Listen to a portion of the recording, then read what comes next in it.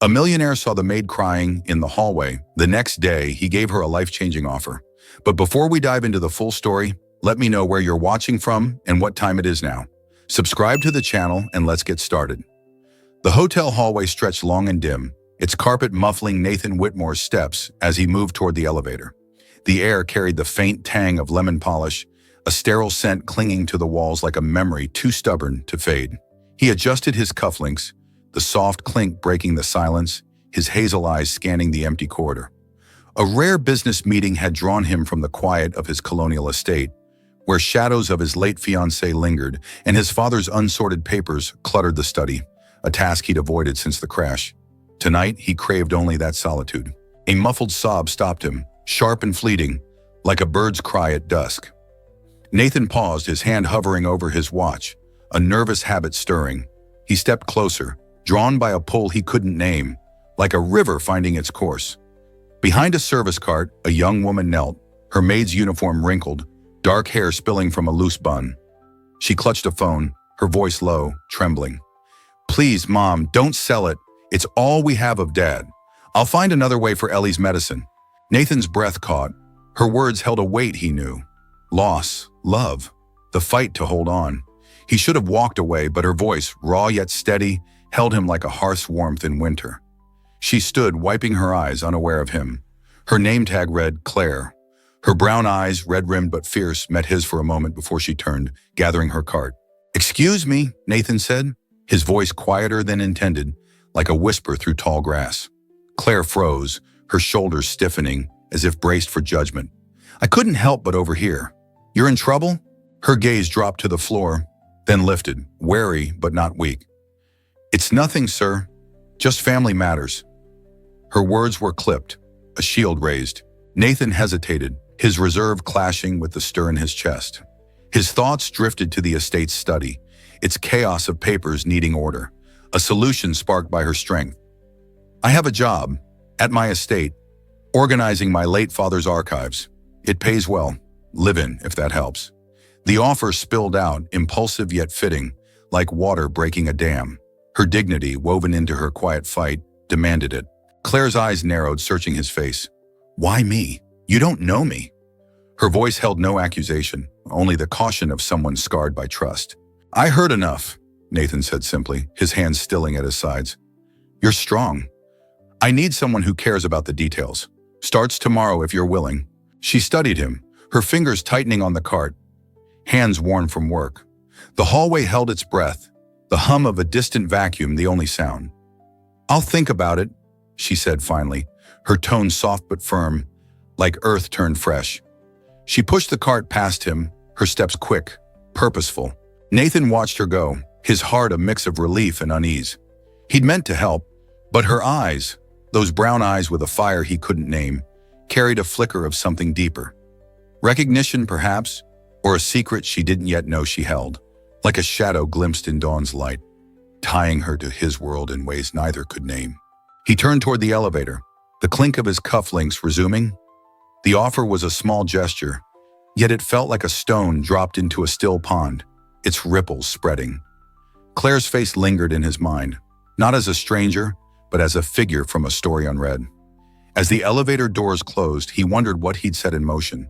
His estate no longer a refuge, but a space waiting to be filled. Claire stepped into Nathan Whitmore's colonial estate, her worn sneakers silent on the polished wood floor. The air was heavy with dust, like a house holding its breath too long. High ceilings loomed, chandeliers dimmed by cobwebs, and portraits stared from walls, their eyes following her like village elders. She clutched her small bag, the sewing kit inside clinking softly, a reminder of her father's hands guiding hers over fabric. Nathan led her to a study, its shelves overflowing with papers, boxes, and the faint scent of old ink. "My father's archives," he said, his voice low, like a whisper through tall grass. "Organize them. Keep what matters." She nodded, her brown eyes scanning the chaos. It was more than a job. It was a lifeline. Ellie's insulin, her mother's rent, the ring they hadn't sold yet. She pushed a strand of dark hair behind her ear, her hands worn from work, itching to bring order. Nathan lingered, his lean frame in the doorway, hazel eyes catching hers for a moment too long. "You'll have a room upstairs," he said, then turned, his cufflinks glinting as he left. Claire began, sorting letters yellowed like autumn leaves. Each paper held a life. Nathan's father, a man who built empires but scribbled poetry in margins. She found a photograph, a hospital bed, a frail man, a nurse's shadow in the frame. Her heart quickened. Her mother had been a nurse, her stories of patience woven into Claire's childhood like a lullaby.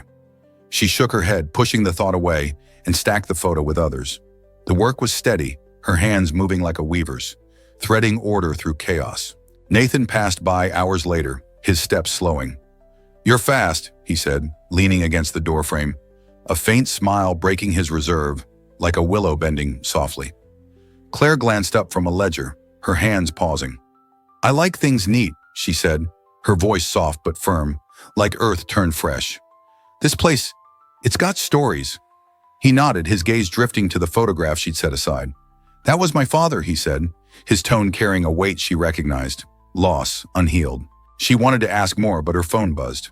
Ellie's voice, small and urgent. "Mom's coughing again. We need you." Claire's chest tightened, her fingers gripping the table. "I'll be home soon," she whispered, hanging up. Nathan's eyes met hers, questioning but not prying. "Everything okay?" he asked, his voice gentle, like embers in a quiet night. "Family," she said, the word a shield. She turned back to the papers, but her hands trembled. A letter slipped, fluttering to the floor. Nathan knelt to pick it up, his fingers brushing hers, a fleeting warmth like a firefly's glow. The letter was brief, a note in his father's slanted hand. "To the kind nurse who eased my pain, thank you." No name, no date, just those words, heavy with gratitude. Claire's breath caught, her mother's stories echoing, nights spent tending patients, giving more than they could repay. "Something wrong?" Nathan asked, standing now, his eyes searching hers. She shook her head, tucking the letter into a folder. "Just reminds me of someone," she said, her voice barely above a whisper, like a melody caught in her throat. She couldn't say why the note felt like a thread pulling at her heart, tying her to this house, this man, in ways she didn't understand. Nathan nodded, stepping back, his hands fidgeting with his watch. "Keep going," he said, but his tone held a softness, as if he sensed the same thread. He left, and Claire worked faster, sorting, stacking, her mind racing. The photograph, the note, they weren't just relics. They were pieces of a story she hadn't known she was part of. Her mother's voice rang in her memory. "I cared for a man once, Claire. He promised to help us, but he was gone too soon." As dusk fell, the estate's windows glowed like a village hearth. Claire paused, her fingers tracing the photograph's edge. The nurse's shadow. Was it her mother? The question lingered, unanswered, as she placed it atop a pile. She stepped back, the room less chaotic now, but her heart more so. This job, this house was no accident. Something deeper, like a melody half remembered, was weaving her life to Nathan's, to his father's, in ways neither could yet see. Claire's hands moved swiftly through Nathan's study, the air now lighter, less choked with dust. Sunlight slanted through tall windows, catching motes that danced like fireflies over a meadow. She'd been at the estate a week, her presence a quiet hum, like a village waking at dawn. Shelves stood neater, papers sorted into stacks, and the old sewing machine she'd brought whirred softly in the corner, mending curtains that once hung limp. Each stitch felt like a testament to her resolve against the chaos of her life. Ellie's insulin, her mother's cough, the weight of her family's needs. Nathan appeared more often now, his lean frame pausing in the doorway, hazel eyes softer, like a pond at twilight.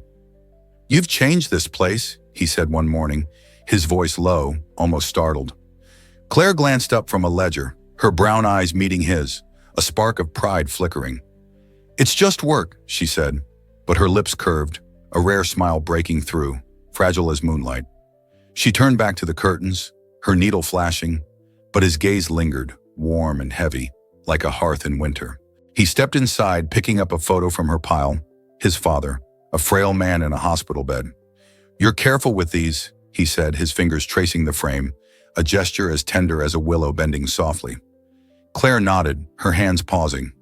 "There's someone's life," she said, her voice steady but raw, like earth turned fresh. "Mom used to talk about patients like him. One man, a poet, saw her heart when no one else did." The words slipped out, unbidden, and her cheeks warmed as if she'd revealed too much. Nathan's eyes sharpened, meeting hers. "Your mother was a nurse?" he asked, leaning against the desk, his smile faint but curious. Claire nodded, her hands tightening on the needle. "Yeah, long time ago. She gave everything to it." Her tone carried a scar, the sting of accusations, thief, liar, that clung to her like damp cloth. She'd been judged, dismissed, yet here she stood, stitching order into something new. He nodded, his gaze drifting to the photo, then back to her. "My father spoke of a nurse," he said, his voice soft, like a whisper through tall grass. "Someone who made his last days bearable." The words stirred something in Claire, her mother's stories echoing. "I cared for a man, Claire, who wrote poetry even when he was dying." She shook her head, pushing the thought down, and resumed sewing, the machine's hum filling the silence. A knock interrupted. Ellie, her small frame in the doorway, clutching a bag of fabric scraps. "Claire, you forgot these," she said, her voice bright despite her pale cheeks. Claire's heart clenched. She'd meant to visit home, but the archives consumed her. She knelt, hugging her sister, feeling the fragility beneath her sweater. "Thanks, kid," she whispered, tucking a strand of Ellie's hair back. Nathan watched, his hands still, no fidgeting now, his eyes holding a weight Claire couldn't name. "Join us?" Claire asked Ellie, gesturing to the sewing machine. The girl's eyes lit up, and soon they were stitching together, Ellie's small hands threading a needle beside Claire's, laughter bubbling like a brook in a clearing. "Mom used to stitch with us too," Claire said, her voice soft, as Ellie worked. She'd tell stories of that poet, how he made her feel seen. Nathan's eyes flickered, a memory stirring, but he said nothing, his hands tightening on a fabric scrap he'd picked up. "Show me," he said, his tone half challenge, half plea. Claire guided his hands, her touch brief but steady, like a weaver teaching a child. Their fingers brushed, a spark like a firefly's glow, and she pulled back, her cheeks warm. As Ellie left waving, Claire turned to a new stack of papers. A letter caught her eye, its ink faded but clear. "To the nurse who stayed late, your kindness carried me." Her breath hitched. It wasn't the letter she'd find later, but it was enough to stir her mother's voice, the stories of a man who saw her worth. She glanced at Nathan, still holding the scrap, his eyes distant yet fixed on her. "You okay?" she asked, her voice a whisper, like a breeze over a meadow. "Fine," he said, but his smile was faint, like starlight through clouds. He stepped back, the moment breaking. Yet something had shifted. Claire saw him anew, not just a man of wealth, but one carrying loss as heavy as her own. The photograph, the letter, his father's nurse, her mother. The thought hung between them unspoken, reshaping her view of him, like a familiar face seen under a new sky. The parlor of Nathan's estate hummed with new life, its once dusty corners now bright with purpose. Claire had claimed the space, her sewing machine a steady heartbeat against the creak of old wood. She'd invited women from town, mothers, daughters, widows, each carrying their own burdens, their hands weaving fabric into something whole. Among them was Maria, a widow whose careful stitches held a quiet hope, her hands weaving a future for her son. The room smelled of thread and coffee, laughter rippling like a brook in a clearing. Claire moved among them, her petite frame quick, her brown eyes warm with purpose, guiding a needle here, a pattern there, her weaver's hands steady as earth turned fresh. Nathan lingered at the door, his lean silhouette framed by fading sunlight, hazel eyes catching the scene. He'd started joining them, drawn by the chatter, his usual reserve softening like a willow bending softly. "It's alive in here," he said, his voice low, almost awed. Claire glanced up, her dark hair slipping from its bun, a rare smile flickering like moonlight on water. "It's just thread and talk," she said, but her tone carried pride, a quiet defiance against the weight of her life. Ellie's insulin, her mother's cough, the ring heavy in her pocket. She handed him a scrap of blue cloth, her fingers brushing his, a spark like a firefly's glow. "Try it," she said, nodding to the needle. Nathan's hands, used to signing contracts, fumbled, his brow creasing. His fingers faltered, stirring a memory. His fiancée's laugh, her hands sketching rings in a notebook. Lost in the crash that took her. He blinked, the parlor's warmth pulling him back, Claire's eyes steady, not replacing her, but offering a new light, like a hearth after a long night. The women chuckled, their voices soft, not mocking, like elders sharing a story. Claire leaned close, her touch brief but firm, guiding his fingers to thread the needle. "Like this," she murmured, her voice a melody over the machine's hum. Their eyes met, a warmth like a shared hearth, and she pulled back, her cheeks warm. The workshop grew, its rhythm weaving into the estate's silence. Claire taught patterns but more. She gave purpose, a space for hands to mend what hearts could not.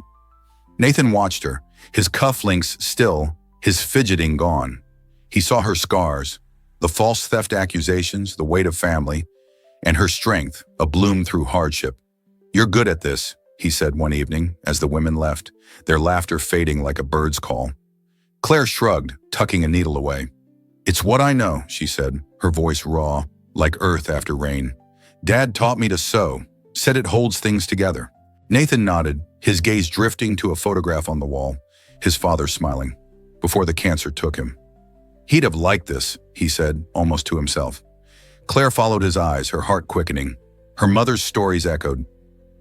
"A man who wrote poetry, Claire, even when he was dying." She pushed the thought down, turning to a box of unsorted papers, her movements swift, as if to outrun memory. A sheet slipped, fluttering to the floor. Nathan knelt to retrieve it, his fingers grazing hers, warm like a village hearth's light. It was a sketch, not a letter, a ring, simple but striking, its lines mirroring the one in her pocket, her father's. Tucked beside it, a note in his father's hand. "For the nurse's daughter, a promise kept." Claire's breath caught, her fingers trembling. It wasn't the letter she'd later find, but it was enough, a thread tying her family to his, unnoticed until now, like a melody half heard in the wind. "What is it?" Nathan asked, his voice soft, his eyes searching hers. She shook her head, tucking the sketch away, her heart racing. "Nothing," she lied, her voice a whisper, like a song caught in her throat. But it wasn't nothing. The ring, the note, her mother's stories were no longer just stories. They were a promise, a connection, weaving her to this house, this man, in ways she couldn't yet name. Nathan stood, his hands still, watching her. "You sure?" he asked, his tone gentle, like a whisper through tall grass. Claire nodded, but her eyes betrayed her, a flicker of wonder, of fear. She turned back to the sewing machine, its hum filling the silence, but the sketch burned in her mind. The parlor's warmth, the women's laughter, Nathan's clumsy stitches. They were stitching her life to his, to a past neither fully understood. As she worked, the estate's windows glowed like moonlight on a glade, and she felt the weight of destiny, a quiet pull toward a truth she wasn't ready to face. The sewing workshop spilled beyond the parlor, its hum now a chorus that filled Nathan's estate. Women crowded the room, their needles flashing, their voices weaving stories of loss and hope, like a village gathered at dusk. Claire darted among them, her petite frame a quiet force, her brown eyes bright with purpose. She turned the space into a haven, each stitch a mark of her steadfastness through her struggles. Ellie's insulin, her mother's frailty. The town spoke of her now not as the maid accused of theft, but as a woman who mended more than cloth. Nathan watched from the doorway, his lean frame still, hazel eyes soft like a pond at twilight. He'd funded new machines, tables, supplies, his wealth a tool, not a burden. "It's growing," he said, stepping inside, his voice low, like a whisper through tall grass. Claire nodded, her dark hair loose, a rare smile breaking like moonlight. "It's theirs now," she said, gesturing to the women. "I just started it." Her tone was humble, but her eyes carried pride, a bloom through hardship. Their bond had deepened, woven through small acts, tea shared, lessons at the sewing machine. Nathan joined them daily, his stitches smoother now. Yet guilt gnawed at Claire. Time with him felt like a betrayal of her family, their needs ever present. Nathan, too, wrestled ghosts, his fiancée's memory, her laughter echoing in the estate's silence. Could he love again without losing her? Claire slipped away that afternoon to her mother's apartment, the air sharp with medicine and hope. Weeks at the estate had passed, Nathan's funds quietly securing Ellie's insulin through a new clinic. Ellie, brighter now, hugged her, her thin arms stronger. "The new doctor's helping, Claire," her mother said, her cough softer, eyes wet with relief. Claire's heart steadied, yet questions lingered about the past binding her to this place. She clutched the letter, her mother's stories no longer just tales but lessons in endurance. Keep going, Claire, her mother had said, her voice a guide through hardship, now echoed in the workshop's hum, in Claire's resolve to build anew. In the study, Claire sorted papers, her movements quick, as if outrunning her thoughts. The archives were nearly done, shelves neat, but each letter stirred memories, her mother's stories, the ring sketch, the promise it held. Nathan appeared, holding 2 mugs, steam curling like mist over a meadow. Tea? He offered, his smile faint but warm. She took it, her fingers steady, a warmth like a hearth in winter. Thanks, she said, her voice raw like earth after rain. They sat, the room quiet but for the tick of a clock. You've changed this house, Nathan said, his eyes searching hers. It's not just the workshop, it's you. Claire's chest tightened, her fingers gripping the mug. I'm just doing my job, she said, but her voice wavered like a soft echo in the quiet. She wanted to believe him, to be seen beyond duty, but fear held her. Fear of trust, of losing what little she had. A paper slipped from the desk, yellowed and heavy with ink. Claire caught it, her breath hitching. It was the letter. To Mrs. Dawson, my gratitude for your care is endless. I've arranged funds for your daughter's insulin, her schooling, a debt I can never repay. Nathan's father's hand, clear and firm. Her hands trembled, the words blurring. Her mother's stories. He promised to help us, Claire, but he was gone too soon. We're true. This house, this job was no chance meeting. It was destiny, a thread tying her to Nathan's past. What is it? Nathan asked, leaning closer, his voice soft, like a whisper through tall grass. Claire passed him the letter, their hands steady, a quiet bond sealed in shared loss. He read, his face paling, hazel eyes wide. My father, he never told me.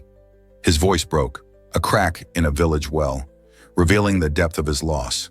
The promise, meant to ease Claire's life, had died with his father, a wound neither knew they shared. Claire stood pacing, her heart racing. The letter healed one scar, her mother's unseen kindness, but opened another. Why had the promise faltered?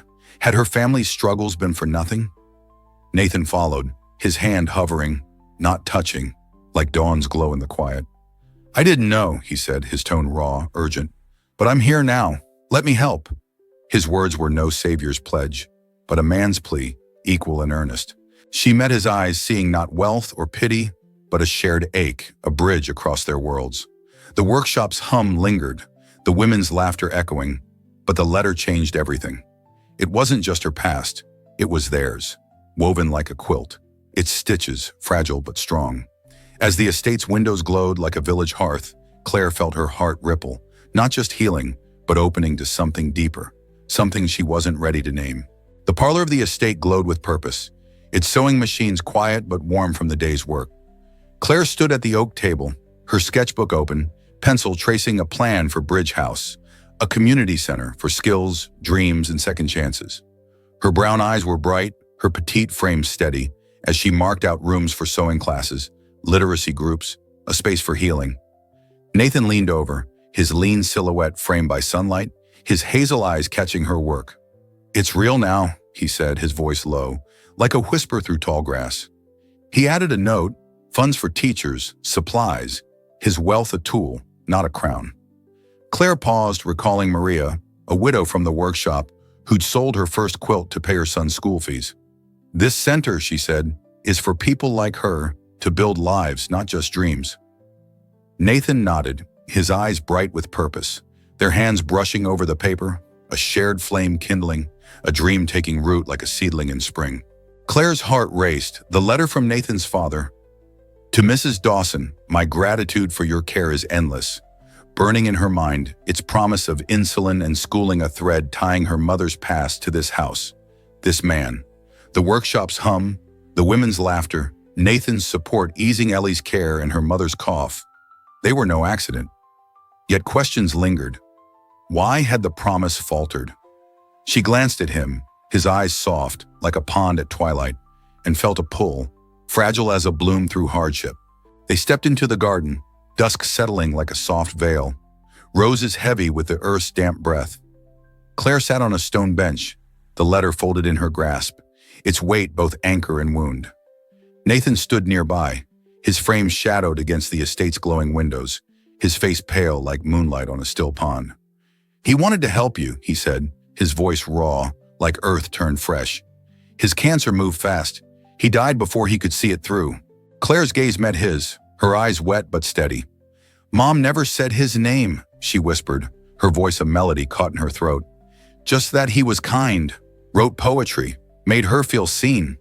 The accusations, thief, liar, faded, replaced by a shared ache, a bridge across their worlds. She carried that kindness even when we had nothing. Nathan sat beside her, close but not touching, his hands still. "Her name was Lily," he said, his voice low, eyes on the roses. "She'd have loved your workshop, your fire, letting you in. It's not forgetting her, but living again." His words, raw but steady, eased the weight of her memory, making room for Claire's light. "My father was private," he continued, his voice breaking, a crack in a village well. "Kept his promises quiet, like his pain. After the crash, I thought I'd lost everything. But you," he paused, his eyes searching hers like starlight seeking a path. "You're bringing this place back. You're bringing me back." Claire's chest tightened, guilt and hope clashing. Ellie's brighter smile, her mother's easing cough, they tethered her to duty, yet Nathan's presence pulled her towards something new, fragile but real. "I'm not here to save anyone," she said, her tone firm but soft, like a whisper through a meadow. "I'm here for my family." But her eyes betrayed her, a warmth she couldn't name, like a firefly's glow in the dark.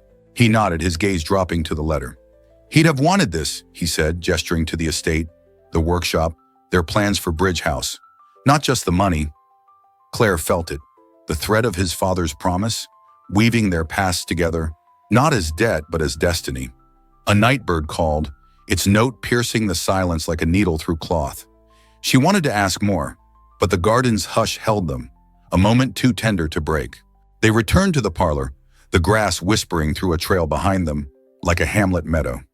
The workshop's air hummed with the day's work, quilts half finished, stories half told. Claire paused at the table, tracing a scrap of blue fabric, the one Nathan had stitched. He stood close, his breath a quiet rhythm. "Show me," he said, picking up a needle, his voice a gentle plea. She guided his fingers, their touch a warmth like starlight on a clear night. The stitch was smoother now, his hands learning her rhythm, a silent pact forged in shared loss. Claire's heart raced, guilt rising. Ellie, her mother, they needed her. Could she love him without betraying them? She stepped back, the sketchbook catching her eye. Bridge House's lines a promise of her own. Nathan watched, his eyes steady, like a shared flame in a storm. "What do we do now?" she asked, her voice a whisper, like a song finding its tune. "We keep going," he said, his tone sure like a whisper through tall grass. "Together." The words held possibility, a bond gentle yet profound. They hadn't sought redemption, but found each other, a home in shared dreams and losses. The estate's windows glowed, like a village hearth, casting light on their path. The letter, the workshop, their plans, they were a beginning, where neither was savior nor saved, but equals bound by empathy and hope. The grand opening of Bridge House buzzed with life, its walls alive with laughter and the hum of sewing machines like a market at dawn. Lights swayed overhead, casting a glow like stars over a meadow, their warmth dancing on the faces of women, children, and neighbors. Claire moved through the crowd, her petite frame steady, her brown eyes bright with a quiet fire. The community center, born from her workshop, Nathan's support, and their shared past, stood as a haven for skill building, for second chances, its doors open to all who'd been broken but still dreamed. Her dark hair fell loose, her smile rare but radiant, like moonlight breaking through clouds.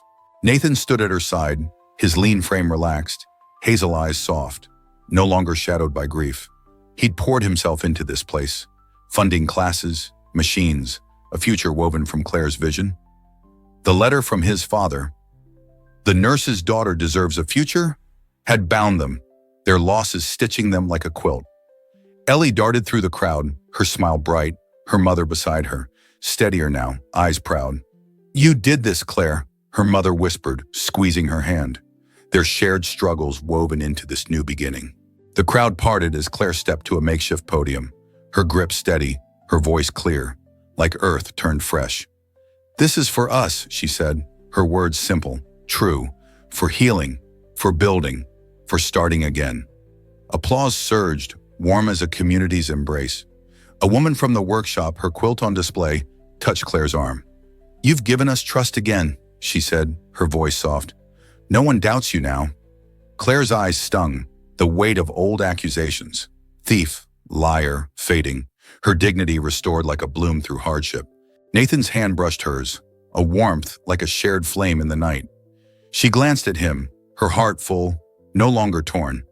Ellie's medicine secure, her mother's cough easing, the ring safe, a symbol of love. The women stood proud, their quilts a testament to resilience. Claire's eyes met theirs, a silent nod like a weaver passing a thread. As the crowd mingled, Nathan led her to a quiet corner where lights hung low, their glow soft as a willow's sway.